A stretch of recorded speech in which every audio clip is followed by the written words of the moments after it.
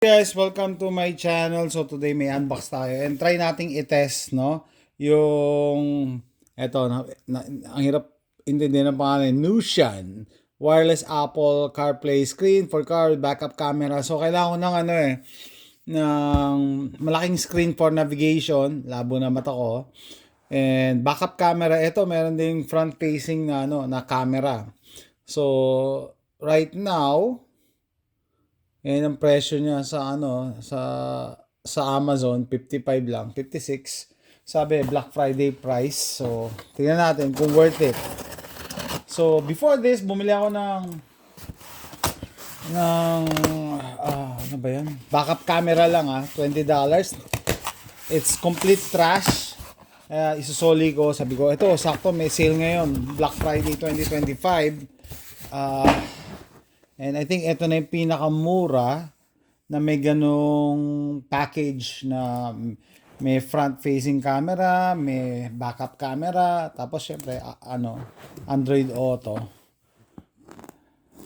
So, bakit kailangan mo ng ganito? Well, yung mga lumang kotse, no, mag-modernize kasi lalagyan mo ng gadgets like yung Nissan Sentra nga na 2013.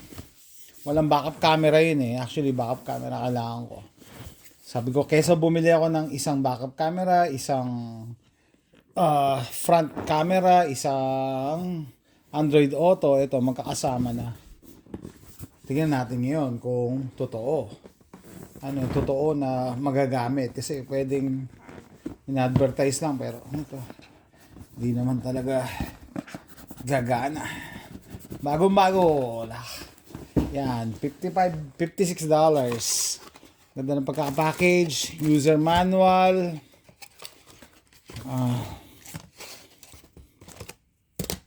Ito, malamang 3M tape to para kung gusto ipatong sa dashboard. 12 volt na power cord. Yan, matitesting natin yan. Audio cable. Bracket. Dito yan papatong. Okay, sa dashboard. Ito naman yung sa rear backup camera. Hanap ko ng backup camera. Hanapan ako mag-backing. Minsan araw nag-backing ako. Muntik na ako may maatrasan eh. Ay nako. Muntik lang. Kasi pababa yung yung parking lot. So, eto siya. Ano to? So, una mong titignan kaya nag-unboxing kung return ba to. Baka bisinuli tapos ikaw nakabili. So, ito yung nakaharap sa driver. Meron siyang dashcam sa harap. So, 2-in-1. Okay. So, testingin natin kung matitesting natin. Siyempre, ibang sitwasyon na pagka installation. Maganda rin na nagvi-video, no? Pag sa unboxing para alam mo out of the box kung may sira o wala.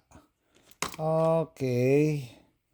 Di ko alam kung matitesting natin to kasi attach to sa reverse. Ito yung input. Tingnan natin mamaya. Tingnan natin.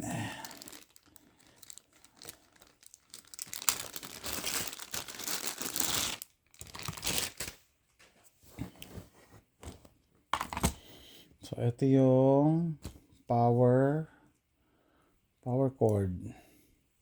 Power cord to, di ba?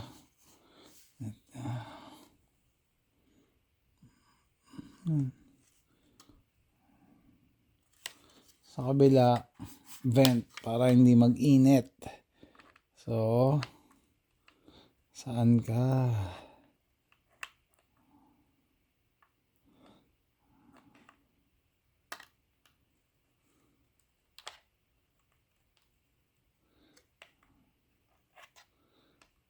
Saan ang power mo?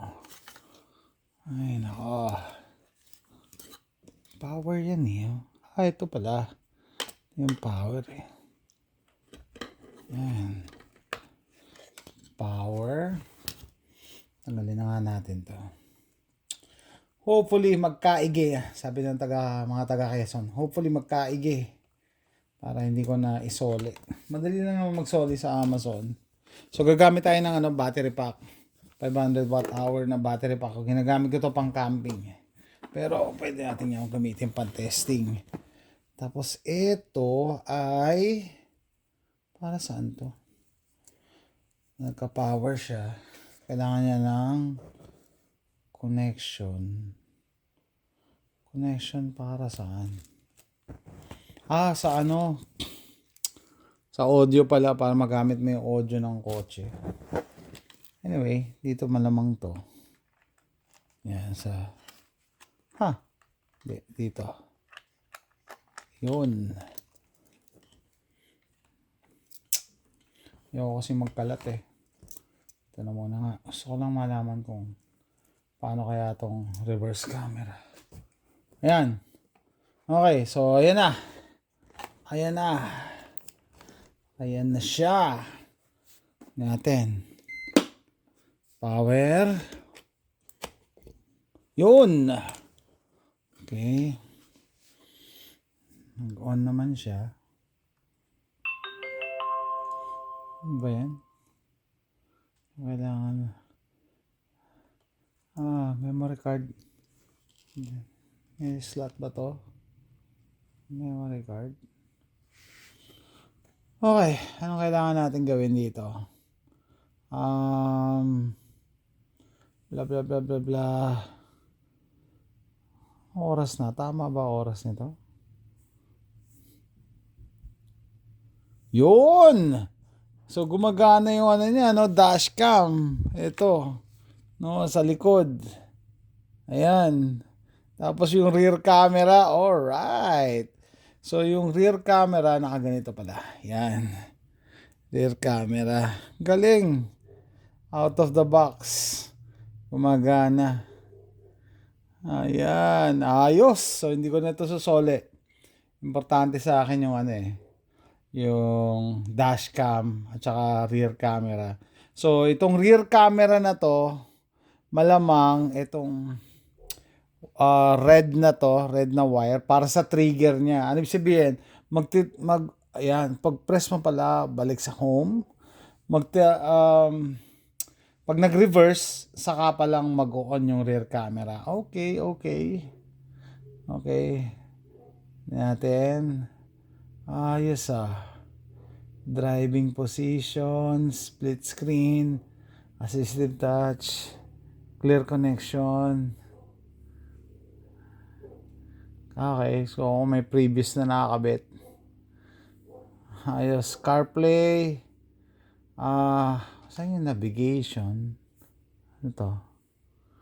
Brightness. Okay. Android Auto. Confirm. Android Auto mode. Android cast. Gusto ko yung magkakas yung cellphone ko. Mirroring. Kailangan ko mag-mirroring. Okay. Teka, wala sa lamin. Okay, yan. Ayos. $55. Ay, tawag ng spam sa akin. Nakakabisit na to. Mamaya na. Okay. Mirroring, Android Auto. Tapos yung dashcam niya na-adjust ang height. Ayos ay. So, connected, pair. Ito, try natin.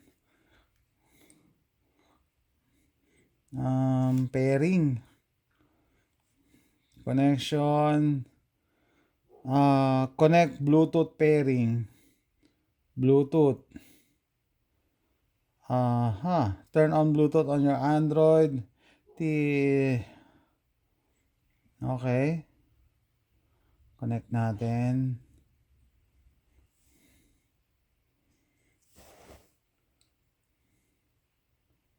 Okay. Connected na siya for calls. Next. for calls and audio. Ayan na. Welcome to Android Auto. Okay. Continue. Ayun. Advanced Auto Parts. Okay. Yes. So,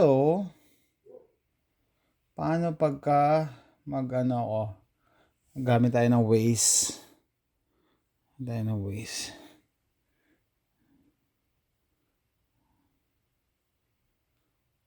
tayo ng Waze. Ba't may advanced auto dyan? Check your car's screen to use Waze. Okay.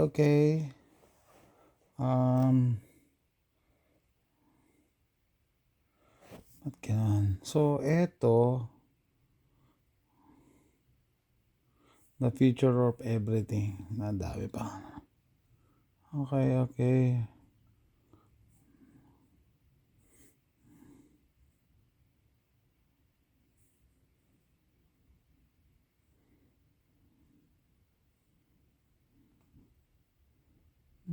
Previous na pinuntahan ko to Bakit ganoon? Gusto ko yung sarili kong Gusto ko magmi-mirror siya. Pag-aaralan ko pa mamaya. Pero at least gumagana. So pag nag-connect ka sa Waze, wala nang yung screen ng cellphone mo. Dito ka na maglalagay. Okay. So wala na Yan. So, mas malaking screen. Ito na ang screen. Wala Naka-Waze ako Naka-Waze. Labas nga ako. Ayos Anyway, so, paano tayo exit? Ano to? Okay. Balik tayo okay. Anak, naka na siya. Naka-mirror na Naka-mirror na. Sa aking phone. Ito na yung phone ko. Messenger. So, dito na ako. Pag naka-connect. Usapan namin. Yan. Anyway, ayos. Sa halagang $55 or sabihin mo ng 56, ito yung kailangan ko, Kailangan ko ng backup camera. Yan, maliit lang. Hindi ko kailangan ng malaking backup camera kasi bawal dito sa lugar ko na matatakpan mo yung license plate kahit yung pangalan ng state. So, ito, maliit lang siya. And may dashcam na rin ako. Ito, sa harap. Ayos! Tapos adjustable pa ng height ng dashcam. Ayos Ba't ganun? Ito yung power button. New message during the messenger. Wag tayong mag-messenger. Ayan. Ayos guys. So, quick video lang, unboxing. At least hindi to fail. Kasi yung isang fail Yan, smart screen player. Sa panahon ngayon, necessity na ngayon, especially for safety reasons. Insurance purposes, kailangan mo may front dashcam ka. Yung backup camera naman, it helps you pagbabaking na hindi ka ma-aksidente, wala kang tamaan. Napaka-basic na ngayon ng backup camera. And I'm glad na hindi na complicated. Hindi mo na kailangan ipa-install. Ikaw kaya mo mag-DIY mag-install. Yan na nakakatawa. So, yan. Quick video lang ng pinakita ko. $55 sa Amazon. Kaya mag-mirroring sa aking phone. Kaya hindi tayo magpe-play ng ng music kasi makaka-copyright tayo. Pero maganda pati yung screen niya, responsive Tapos paano kung Maglalagay tayo dyan ng ano. So, nag-type ako dyan. Nag-appear dito sa phone ko, Android Auto. So, either dito ako maglagay. McDonald's. Yan, McDonald's. Oh, galing. So, dito siya mag-a-appear. Magic. Dito ako nag-type. Tapos dito siya mag-a-appear. Ayan, pinakamalapit na McDonald's. Nice. Good purchase. Lalo na Black Friday price daw. $55. Self-install. Hopefully, magtagal. So, pag ganito, pag nakapatong sa dashboard, pag tanghali, mainit, tatakpan ko to kasi maluluto to eh. Yun ang problema sa mga electronics pag naiinitan masyado. Tapos na-angle pala to. Okay guys, tapusin ko na yung video na to, no? Black Friday score 2025. Android Auto na may backup camera, na may dashcam, may Apple CarPlay din to eh. Pag gusto ko, kaso Android ako. Anyway, so that's it guys. See you next time. Bye!